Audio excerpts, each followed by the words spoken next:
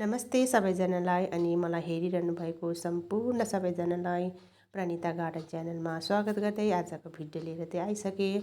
आज चाहिँ म मेरो जुन गार्डन छ त्यसको सानो भ्यू चाहिँ तपाईँहरूलाई सेयर गरिरहेको छु। अनि मेरो त यो गार्डन चाहिँ धेरै ठाउँमा छ, कोही छतमा छ, कोही अगाडि। त्यसरी चाहिँ मेरो गार्डनमा चाहिँ फुलहरू त्यसरी लगाएको छु बरन्दामा। यसरी अलग अलग छ मेरो चाहिँ।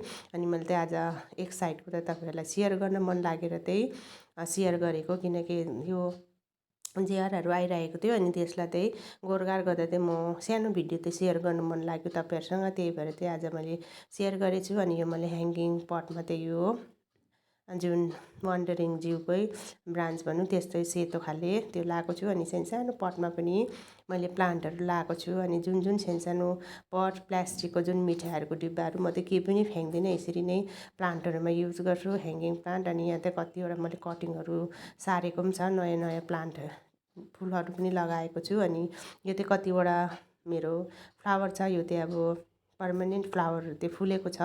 मैले फुलहरू चाहिँ एक साइड अनि सिनेरी प्लान्टहरू चाहिँ एक साइड, अनि बिचबिचमा एक दुईवटा सिनेरी प्लान्टहरू पनि छ, यसरी चाहिँ राखेको छु। अनि यो चाहिँ यो प्लान्ट पनि एकदमै यो ठन्डा महिनामा चाहिँ सप्रिन्छ। अनि यो चाहिँ मैले अस्ति ह्याङ्गिङ पटमा लगाउनु भनेर चाहिँ यो जुन सिजन फुल ल्याएको थिएँ, यो चाहिँ तर त्यति सप्रिएको छैन।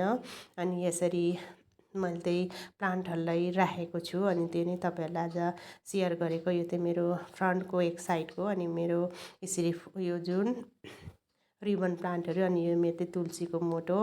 अनि यसरी फुलहरू चाहिँ मैले यसरी अगाडिहरू जुन गमलाहरूमा चाहिँ सजाएर राखेको छु। अनि तपाईँहरूलाई चाहिँ मलाई सेयर गर्न मन लाग्यो, किनकि अब तपाईँहरूलाई मैले प्रायः फुलको चिजहरू सेयर गर्दा चाहिँ आज सानो गार्डन मेरो तपाईँहरूलाई सेयर गर्न मन लागेर चाहिँ तपाईँहरूलाई गरेको।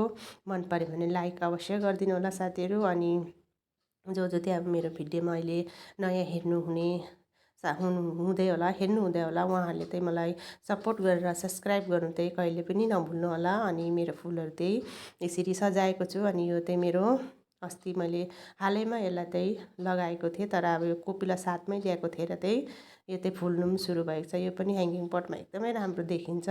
अनि यो चाहिँ भर्खर ल्याएको भएर बेसी ठुलो बोट पनि भएको छैन, मैले कसैकोबाट चाहिँ मागेर ल्याएको, तर यहाँ फुल्न सुरु भएको छ, एकदमै राम्रो देखिएको छ।